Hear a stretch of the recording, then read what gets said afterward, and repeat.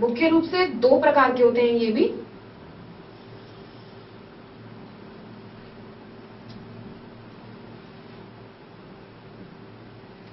पहला और मुख्य हार्मोन है एब्सिसिक अम्ल।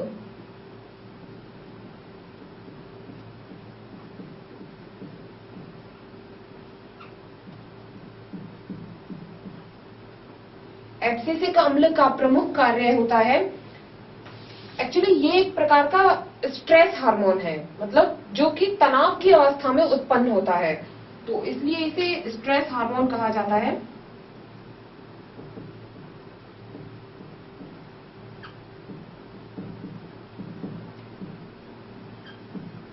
मूल दाब और तने की कोशिकाओं में पादप की जो जाइलम और फ्लोएम की जो कोशिकाएं होती हैं, उन पर जो खनिज पदार्थों के संवहन के लिए जो दाब उत्पन्न होता है, तो तब ये एब्सिसिक अम्ल का ज्यादा स्राव होता है, इसलिए इसे स्ट्रेस हार्मोन कहा जाता है। इसका मुख्य जो कार्य होता है यह वृद्धि निरोधक हार्मोन है, तो इसका कार्य हुआ वृद्धि को संदमित करना। वृद्धि को किस प्रकार से संदमित करेगा, जैसे कि एक जो प्लांट है, एक पौधा है, उससे पेड़ से जैसे कि पादप की पत्तियों को और फलों को, जो फल पक जाते हैं उसके बाद गिर जाते हैं ना, तो ये एक स्ट्रेस हार्मोन है जो कि तनाव को क्रिएट करता है, उनकी पत्ती में उत्पन्न करता है, जिससे कि फल पकने पर गिर जाते हैं, पर जो पत्तियां मुरझा जाती हैं वो झड़ जाती हैं, तो ये वृद्धि निरोधक हार्मोन है। इसका कार्य क्या हुआ,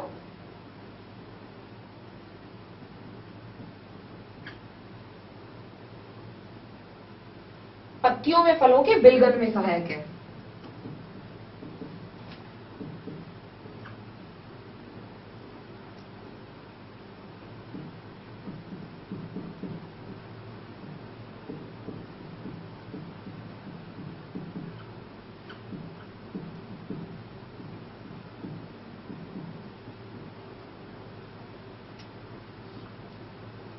दूसरा मुख्य जो वृद्धि निरोधक हार्मोन है वो है इथिलीन।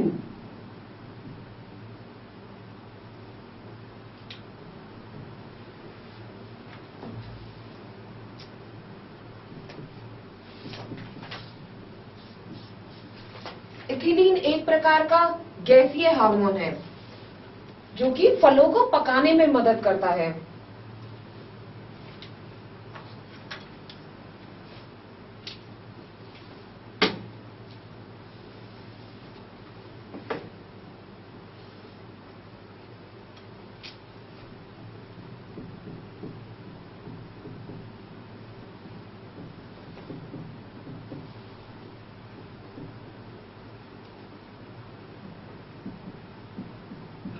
कार्य है फलों को पकाने में मदद करना।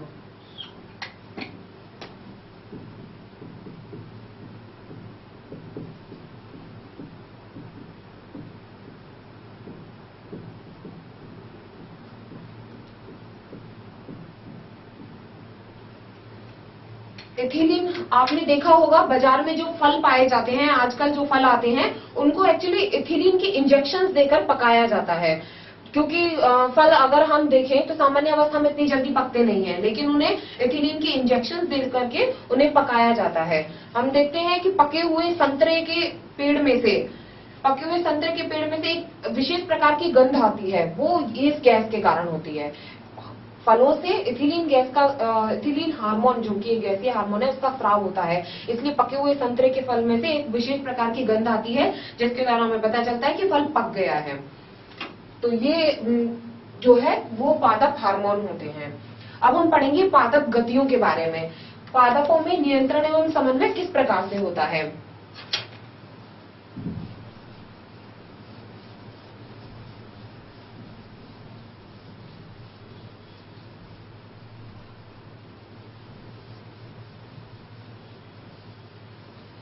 जंतुओं में गमन के लिए विभिन्न प्रकार के अंग पाए जाते हैं, पैर पाए जाते हैं, जैसे कि मनुष्य में, जिससे कि वो एक स्थान से दूसरे स्थान पर जा सकते हैं। लेकिन पादपों में कोई विशेष प्रकार का अंग नहीं पाया जाता जिसके द्वारा वो एक स्थान से दूसरे स्थान पर जा सके।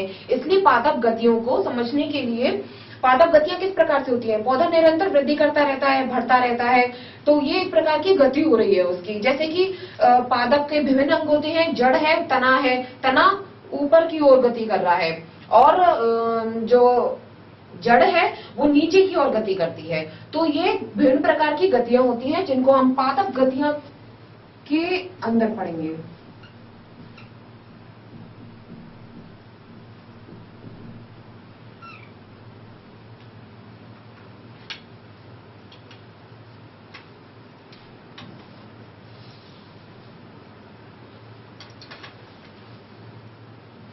पादप गतियां बाहरी उद्दीपकों की अनुक्रिया में पौधे की गति होती है। बाहरी उद्दीपक क्या होते हैं? जो कि उनको गति के लिए प्रेरित करते हैं। जैसे कि सूर्य का प्रकाश एक उद्दीपक है। सूरजमुखी, हमने सूरजमुखी का फ्लावर आपने देखा होगा। सूरजमुखी का जो फूल होता है वो सूर्य की प्रकाश की जो किरणें होती हैं वो उनकी तरफ मुंह करके बढ़ता है। तो यह सूर्य का प्रकाश जो है वो एक उद्दीपक है।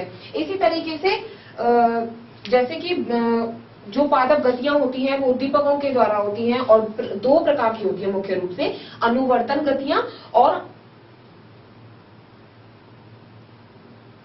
अनुवर्ती और अनुवर्तन गतियां।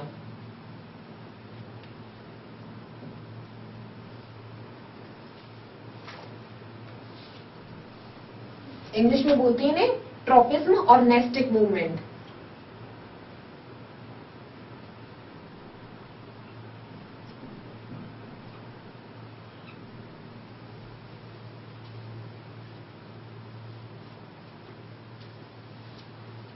अनुवर्तन गतियां जो होती हैं बाहरी उद्दीपकों के प्रति पौधे के द्वारा की गई अनुक्रिया जो कि उद्दीपन की दिशा में हो वो अनुवर्तनीय गतियां कहलाती हैं।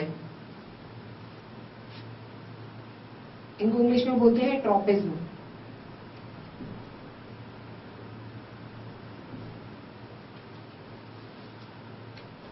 इस प्रकार की जो गतियां होती हैं वो बाहरी उद्दीपकों की दिशा में होती हैं।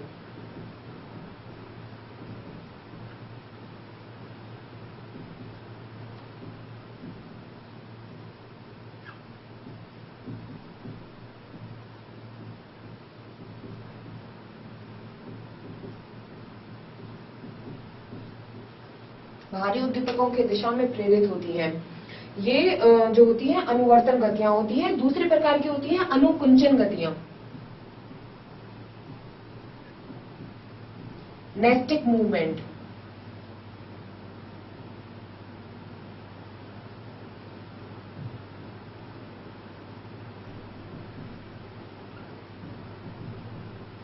ये बाहरी उद्दीपकों के दिशा में ना होकर उनसे विपरीत दिशा में होती है। इनका बाहरी उद्दीपकों पर कोई प्रभाव नहीं पड़ता, अर्थात ये बाहरी उद्दीपकों की दिशा में नहीं होती।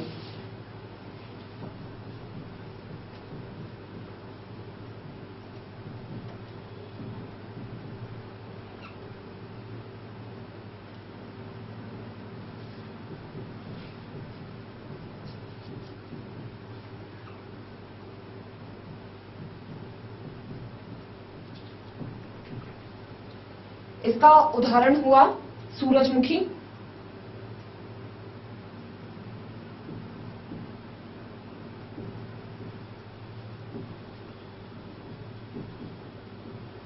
और इसका उदाहरण हुआ छुई मुई।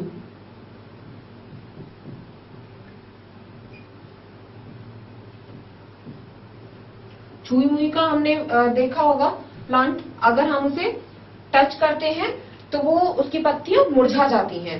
तो ये क्या हुआ, उद्दीपक तो दिया हमने, उसको स्पर्श किया, लेकिन उसके विपरीत क्या होता है, उसकी पत्तियां मुरझा जाती हैं। तो ये इस प्रकार के जो मूवमेंट होते हैं पौधों की पत्तियों में उन्हें कहते हैं अनुकुंचन गतियां। और जैसे सूरजमुखी का उदाहरण देकर बताया था मैंने आपको, उन्हें कहते हैं अनुवर्तन गतियां। अब अनुवर्तन गतियां उद्दीपकों के अनुसार, उद्दीपकों की दिशा में होती है, तो इनको उद्दीपकों के अनुसार विभिन्न भागों में बांटा गया है। जैसे कि सबसे पहले हम पढ़ेंगे जलानुवर्तन गति।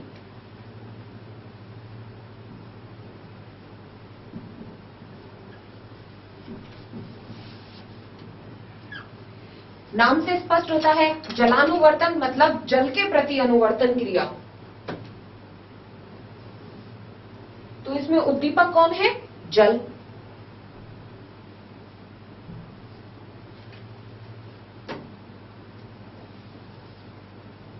इसको हम एक प्रयोग के द्वारा समझ सकते हैं।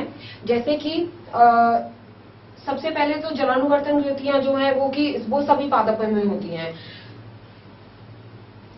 जो पौधे की जड़ें जो होती हैं वो जल के प्रति प्रेरित हो जाती हैं। जैसे नीचे पानी के द्वारा पानी ग्रहण करती हैं पौधे की जो जड़ें होती हैं। इसको हम एक प्रयोग से ऐसे समझ सकते हैं,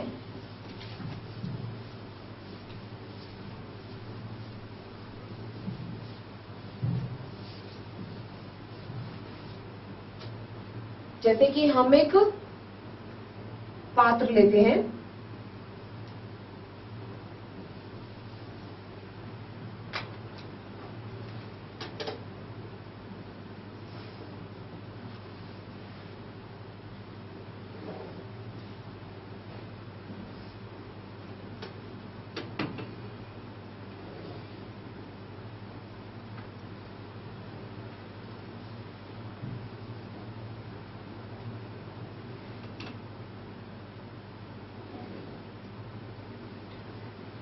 इसमें ये एक छोटा सा गमला लगा देते हैं।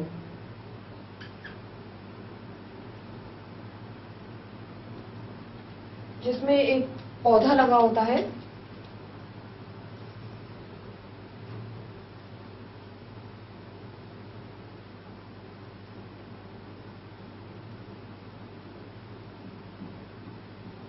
इसकी जड़ें होती हैं और संपूर्ण पात्र में जल भर दिया जाता है।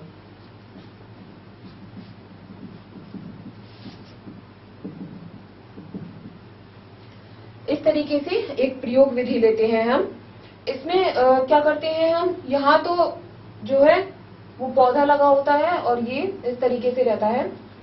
अब हम यहाँ पे क्या है, इस पात्र में एक जैसे कि हम देखते हैं जो जड़ें जो होती हैं वो नीचे की तरफ गति कर रही हैं। लेकिन अगर हम इसमें से यहाँ पे से एक छेद कर देते हैं, यहाँ पे हमने इसी तरह से छेद कर दिया, तो हम देखेंगे जो जड़ों की जो गति है, मतलब जड़ें इस दिशा में बढ़ने लगेंगी। इस तरीके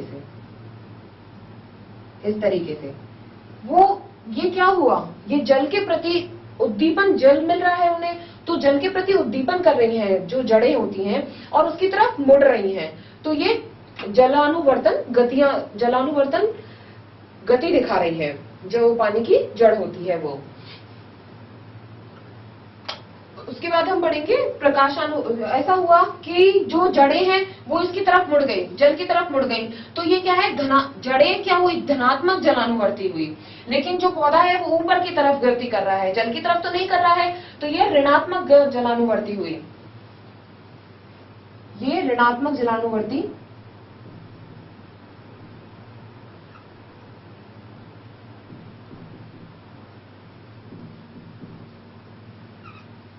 जबकि जड़ें जो हैं वो धनात्मक जलानुवर्ती।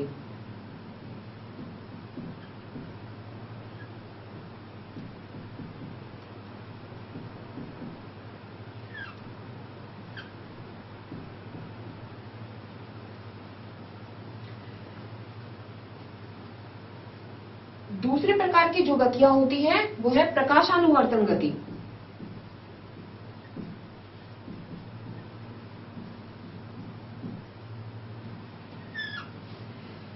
जैसे कि नाम से स्पष्ट है, प्रकाश के प्रति गतियां।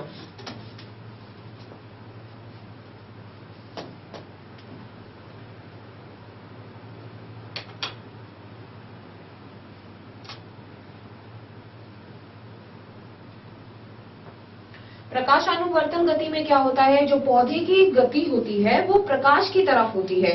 जिसका उदाहरण मैं आपको पहले भी दे चुकी हूँ, सूरजमुखी का जो प्लांट है उसमें जो फूल होता है सूरजमुखी का वो प्रकाश की ओर गति करता है। इसके अलावा हम इसमें उदाहरण में भी देख रहे हैं कि जो जैसे कि यहाँ पे सूर्य है,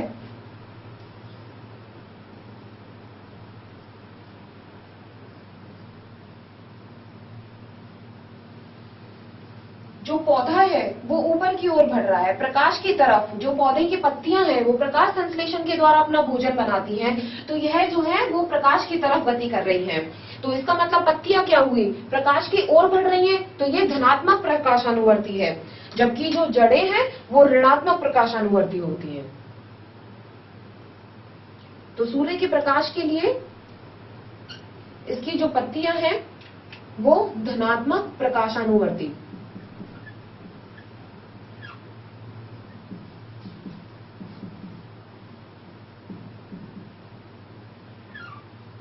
और जबकि जड़ें जो है वो ऋणात्मक प्रकाशानुवर्ती।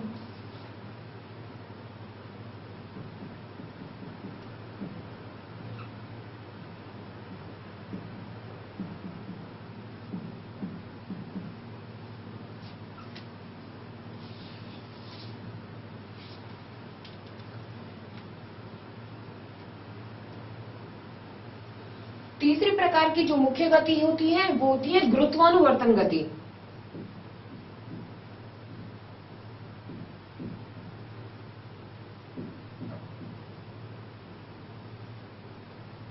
हम जानते हैं पृथ्वी में गुरुत्वाकर्षण बल पाया जाता है, तो जो गुरुत्व के अनुरूप जो पौधों में वृद्धि होती है वो गुरुत्वानुवर्तन गतियां कहलाती हैं। जैसे कि हम देखते हैं सभी सामान्य पौधों में जो जड़ें होती हैं वो पृथ्वी के नीचे की ओर गति करती हैं, तो वो गुरुत्व के प्रति आकर्षित हो रही हैं, इसलिए जड़ें होती हैं धनात्मक गुरुत्वानुवर्ती, जबकि तना जो है वो भूमि के ऊपर गति करता है। जैसे कि ये कोई बीज है, यहाँ दूसरा प्रयोग बताती हूं मैं आपको कि कोई भी पौधा है भूमि में और वो गति कर रहा है,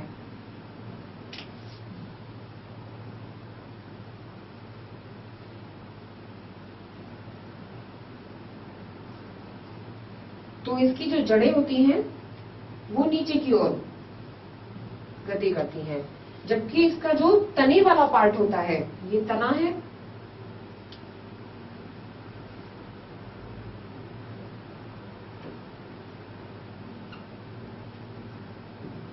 तना और ये पत्तियां,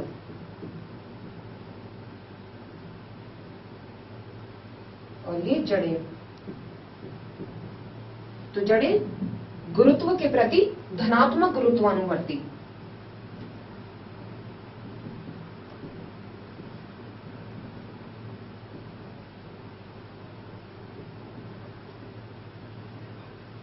जबकि पत्तियां और तने ऋणात्मक गुरुत्वानुवर्ती।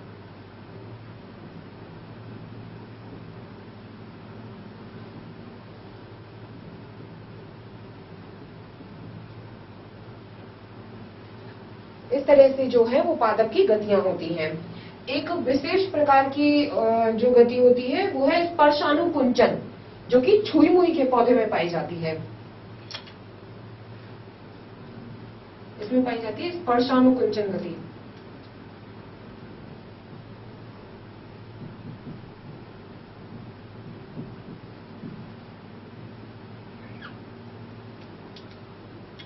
स्पर्शानुकुंचन नाम से स्पष्ट है, स्पर्श के प्रति अनुकुंचन गतियां। ये छुई मुई एक विशेष प्रकार का पौधा होता है जिसमें पाई जाती है।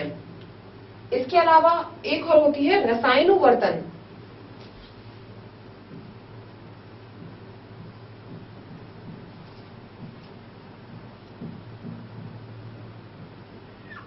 रसायनुवर्तन गतियां, जैसे कि नाम से स्पष्ट हो रहा है, रसायन के प्रति अनुवर्तन। यह पौधे के किस भाग में पाया जाता है? पौधे के पुष्प में जो वर्तिकांश से जो पराग नलिका आती है वो बीजांड की तरफ आती है। बीजांड की तरफ क्यों आती है? क्योंकि बीजांड से कुछ एक विशेष प्रकार के रसायन का स्राव होता है जिसके द्वारा पराग नलिका आकर्षित होती है और बीजांड की ओर बढ़ने की ओर कोशिश करती है। जैसे कि ये फ्लोर है,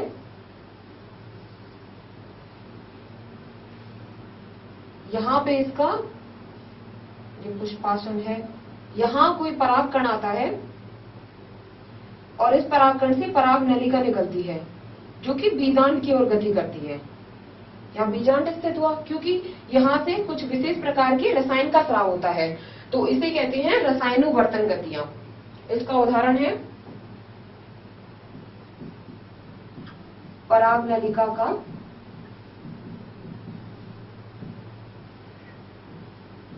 बीजांड की ओर गमन।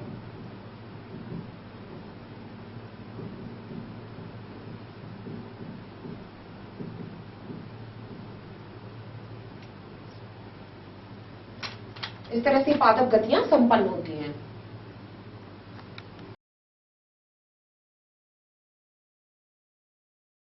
नियंत्रण में समन्वय में अब तक हमने पढ़ा था कि मनुष्यों में नियंत्रण और समन्वय की क्रिया तंत्रिका तंत्र और अंतःस्रावी तंत्र के माध्यम से होती है। तंत्रिका तंत्र मुख्य रूप से 3 भागों में, मनुष्यों में 3 प्रकार का होता है: केंद्रीय तंत्रिका तंत्र, परिधीय तंत्रिका तंत्र और स्वायत्त तंत्रिका तंत्र। केंद्रीय तंत्रिका तंत्र मुख्य रूप से 2 भागों में बांटा जाता है, मस्तिष्क और मेरुरज्जु, जिसके बारे में हमने मस्तिष्क के पूरी संरचना के बारे में पढ़ा और मेरुरज्जु के बारे में पढ़ा था कि मेरुरज्जु से प्रतिवर्ती चाप के माध्यम से किस प्रकार से क्रियाएं संपन्न होती है। अंतःस्रावी तंत्र में हमने हार्मोन्स के बारे में पढ़ा, जंतु हार्मोन और पादप हार्मोन के बारे में। जंतु हार्मोन जो है वो अवधान की क्रिया के द्वारा हम निम्न प्रकार से समझा सकते हैं।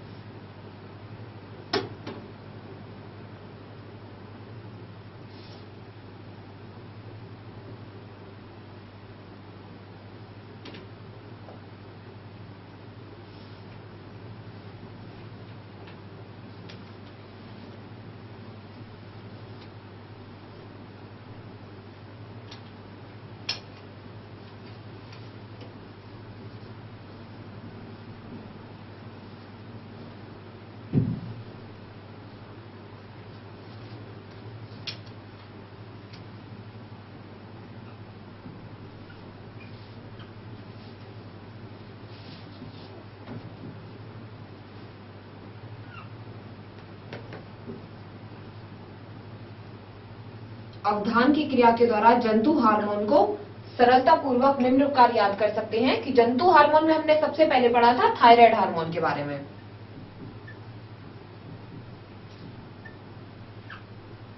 दूसरा होता है पैराथायराइड हार्मोन, जो कि इसी में अंतः स्थापित होता है।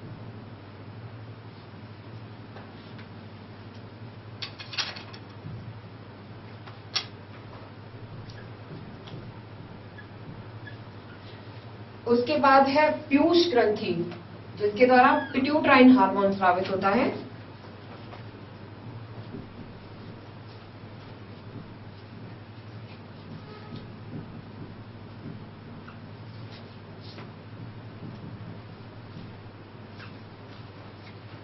पीयूष के बाद हमने पढ़ी थी थाइमस ग्रंथि।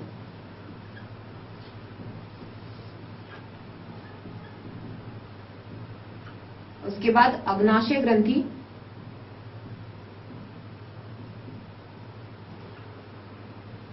और अंत में जनद ग्रंथियां।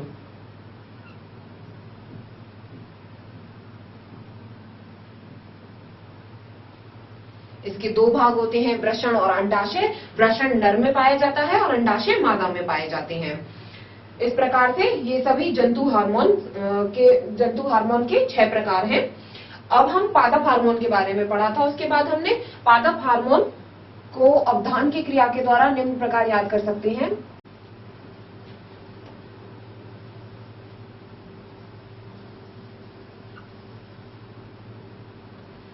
पादप हार्मोन हमने मुख्य 5 प्रकार के पढ़े थे, तो अवधान की क्रिया में 5 प्रकारों को समझाने के लिए स्टार काम में लिया जाता है।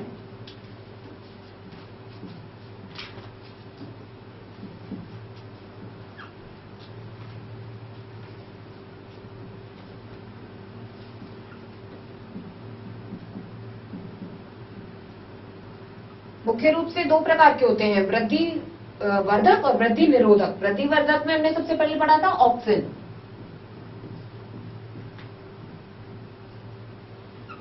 साइटोकाइनिन,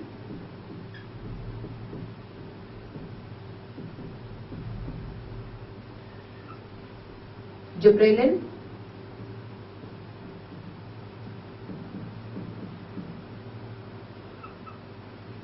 एब्सिसिक अम्ल,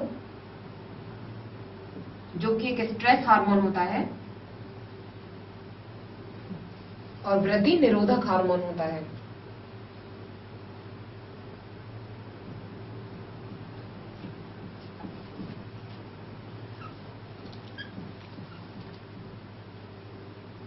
इसको शॉर्ट में ABA भी बोलते हैं, एब्सिसिक एसिड, देन एथिलीन, जिसे गैसीय हार्मोन कहा जाता है।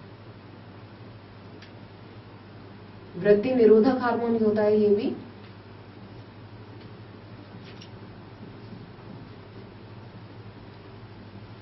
इस तरीके से जंतु हार्मोन के 6 भाग हमने पढ़े थे, तो अवधान की क्रिया में एक षटकोण काम में लेते हैं। इस तरह से पादप हार्मोन और जंतु हार्मोन के बारे में हमने पढ़ा। उसके बाद में हमने पढ़ा था पादपों में समन्वय किस प्रकार से होता है, पादपों में गतियों के बारे में पढ़ा था। तो पादपों में गतियां मुख्य रूप से 2 प्रकार की होती हैं, अनुवर्तन गति और अनुकुंचन गति। अनुवर्तन गतियों में हमने विभिन्न प्रकार पढ़े थे, जलानुवर्तन, स्पर्शानुकुंचन, रसायनुवर्तन, गुरुत्वानुवर्तन और प्रकाशानुवर्तन। ये सब पादप गतियों के प्रकार होते हैं जिनके द्वारा पादप गति करते हैं, वृद्धि करते हैं और उनमें इन हार्मोन्स के द्वारा नियंत्रण और समन्वय की क्रिया संपन्न होती है।